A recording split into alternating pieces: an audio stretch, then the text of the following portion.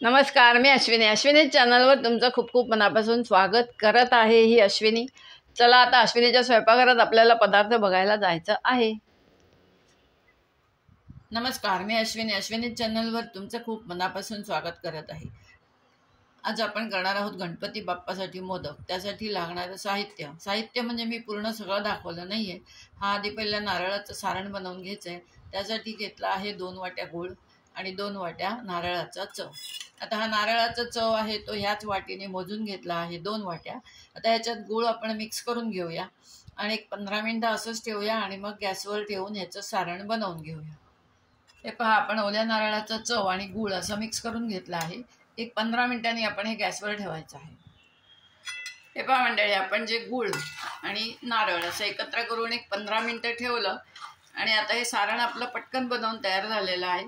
याच्यात आपण चिमूटभर मीठ घालून घ्यायचं आहे. बघा, चिमूटभरच मीठ घातलेलं आहे. मीठ नैवेद्याला घालू नये असं म्हणतात, पण आपण मिठाशिवाय खातो का? तर देवाला आपण मिठाशिवाय का द्यावा असा माझा प्रश्न आहे. त्याच्यामुळे मी मीठ चिमूटभर घालते. एकदा चिमूटभर मीठ या सारणाला घालून बघा, एकदम मस्त चव येते. आता आपण याच्यामध्ये बदामाचे थोडेसे काप घालून घेऊया. हे पहा,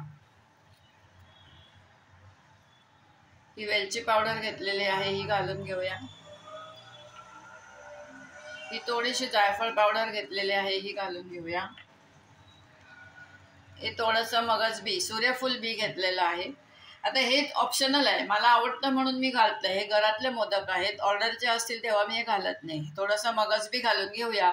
याच्यामुळे काय होतं, एखाद्या वेळेस मोदक फुटू शकतो आपण वळतो तेव्हा, पण ते असं वळायचं की ते बी बाहेर येत असेल पारीच्या इथे, तर ते आपण सारणामध्ये घ्यायचं आणि मग मोदक वळायचा.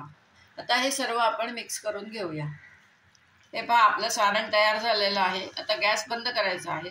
हे जसं गार होईल, थंड होईल, तसं थोडंसं आळेल एवढं सैल ठेवायचं आहे. अजून घट्ट केलं तर मोदकामध्ये ते खूप घट्ट बसतं आणि मोदक फाटू शकतो.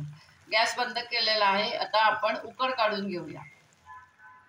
हे पहा, आता आपल्याला बनवायचे आहे मोदकाचं बाहेरचं आवरण. त्यासाठी अर्धा किलो ही तांदूळाची पिठी घेतली आहे. ही मी रेडीमेड आणली आहे, सुवासिक तांदूळाची पिठी. ही अर्धा किलो आहे. हा मैदा आहे आमटीची 1.5 वाटी.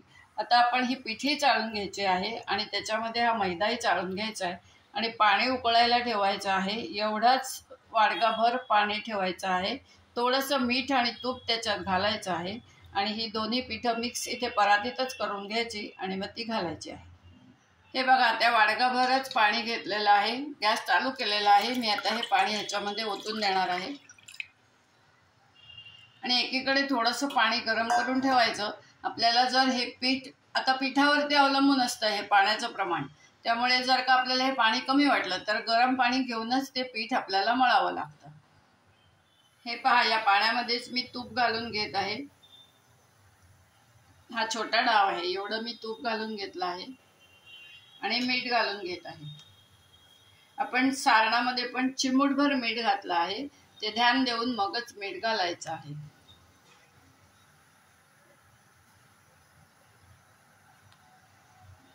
आता याला उकळी येऊ द्या, मग आपण पिठं सोडून घेऊया आणि झाकण ठेवून एक 10-15 मिनिटं ठेवायचं आहे आणि मग पीठ मळायचं आहे. हे बघा, पाण्याला उकळी आली आहे. आता आपण ह्याच्यात पीठ सोडून देऊया. गॅस आत्ता बारीक करायचा आहे, मोठा ठेवायचा नाहीये.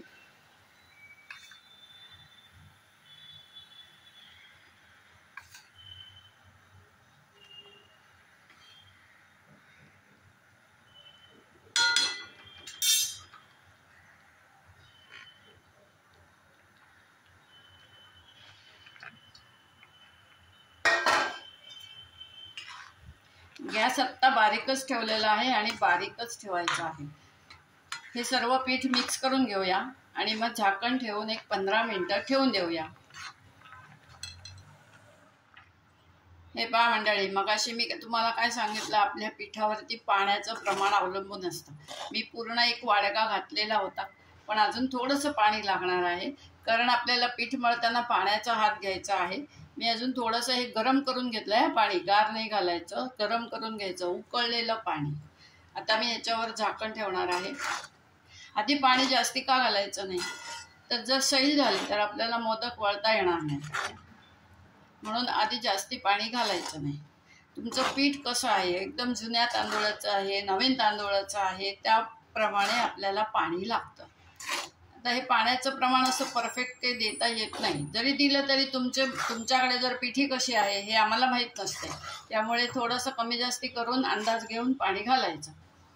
आता आपण याच्यावर झाकण ठेवूया, गॅस बंद करूया आणि 15 मिनटं ह्याला चांगली वाफ येऊ दे. हे पहा आपली उकड काढून झालेली आहे.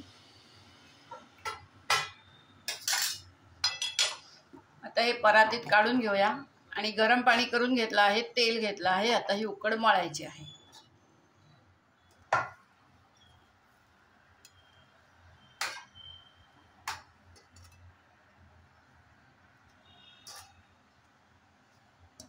आता ही उकड गरम आहे, त्यामुळे काय केलं, मी ग्लास घेतलाय, बाजूला तेल आणि गरम पाणी करूनच घेतलेलं आहे.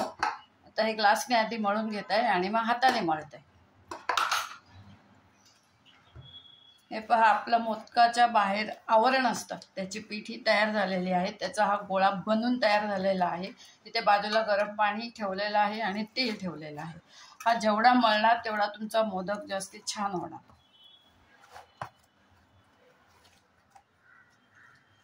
या पद्धतीने आपण मोदक करून घेऊया सर्व.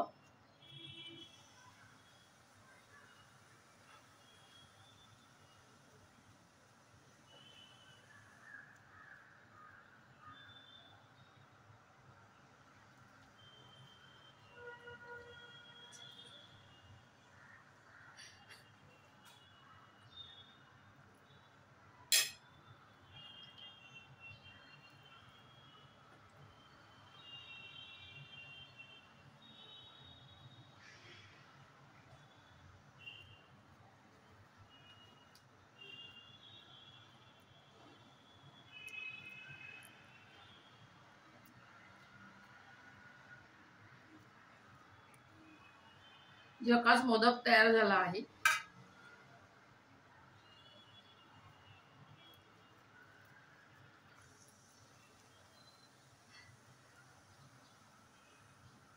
गणपती बाप्पाचे मोदक तयार झाले आहेत. आता ते वाफवायला ठेवायचे आहेत.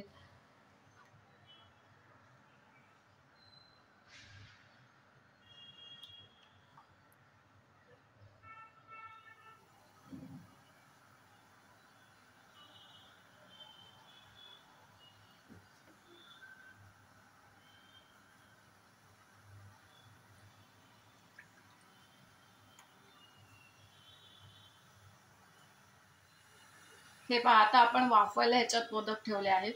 हे जे पुढचे करून घेतले आहेत ते आपण या भांड्यात ठेवून घेऊया.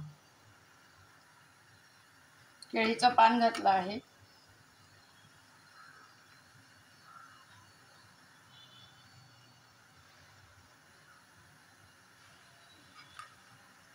आणि आता हे मोदक सुकू नये म्हणून याच्यावर ओलं फडकं घालायचं असतं. पण मला इथे आता वेळ लागत नाहीये, पटापट होत आहेत, त्यामुळे मी याच्यावर फडकं घातलं नाहीये. नाहीतर एका ताटात करून ठेवायचे आणि एक ओलं फडकं घालून ठेवायचं. आता आपण त्याच्यामध्येच पातोळे करून घेत आहे. हे पीठ पहा मी पसरून घेतलं आहे, सारण ठेवून घेतलं आहे आणि हे पान फक्त असं दुमडायचं आणि वाफवायला ठेवायचं. हे पहा इथे मी करून घेतलं आहे. आता असे आपण पातोळे पण करून घेऊया. हे उकडलेले मोदक असे दिसतात, वाफवलेले मोदक झालेले आहेत. हे पातोळे बनवून ठेवलेले आहेत. हे शिजवायचं आहे अजून आणि हे मोदक शिजवायला ठेवायचे आहेत, वाफवायला ठेवायचे आहे.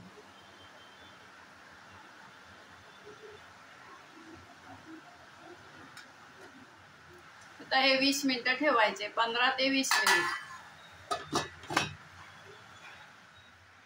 हे पहा अशा प्रकारे आपले बाप्पाचे मोदक तयार झालेले आहेत. अर्धा किलो पिठीमध्ये 21 पेक्षा जास्त मोदक होतात. हे बघा तूप मी थोडं थोडं ह्याच्यावर घालून घेतलेलं आहे. मोदक मी फोडलेला नाहीये, मी पातोळे फोडून ठेवला आहे. आता ह्याचबरोबर मी पातोळे पण बनवले आहेत, तेही आपण बघायचे आहेत. पातोळे हे बघा केळीच्या पानात असा एक पुरीसारखं तांदूळाच्या पिठीचं करून घ्यायचं, त्यात सारण ठेवायचं आणि करंजीसारखा आकार येतो. तुम्ही याच्यात चौकोन बनवू शकता, गोल बनवू शकता, काही कुठलाही आकार तुम्ही याला देऊ शकता. मी अशा प्रकारे हे पातोळे बनवून घेतलेले आहेत. हे बघा पातोळं जसं दिसतंय त्याच प्रकारे मोदक दिसणार आहे. आपण ह्याच्यावरही थोडंसं तूप घालून घेऊया. हे तूप घालूनच ह्याला मजा आहे खाण्याची. हे पातोळे मोदक हे जर का तुम्हाला आवडलं असेल तर नक्की लाईक करा, शेअर करा. चॅनलला जे नवीन असाल त्याने अवश्य सबस्क्राईब करा. धन्यवाद. आता आपली भेट एका छानशा पदार्थासोबत होणार आहे. तोपर्यंत बाय बाय. अजून एक टीप सांगायची म्हणजे मगाशी मी तुम्हाला जे बोलले की बाबा ऑर्डरसाठी असेल तर मी सारणात काप घालत नाही, म्हणजे बदामाचे काप, काजूचे काप. त्याच्याऐवजी मी पावडर घालते. म्हणजे आपण जे ऑर्डरचा मोदक देतो तेव्हा तो फाटलेला लोकांना आवडत नाही. त्यामुळे पावडर घातली की फाटण्याचा प्रश्न येत नाही. घालत नाही असं नाही, पावडर घालतो, काप घालत नाही. आता हे घरचे असल्यामुळे मी ह्याच्यात काप घातले आहेत. थोडंसं दाताखाली तो एखादा बदामाचा तुकडा आला तर एकदम झकास लागतं, म्हणून काप घातले आहेत.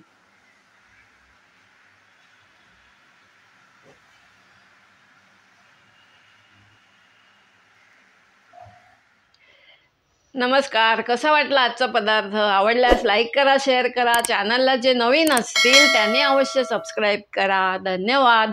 आता आपली भेट एका छानशा पदार्थासोबत होणार आहे.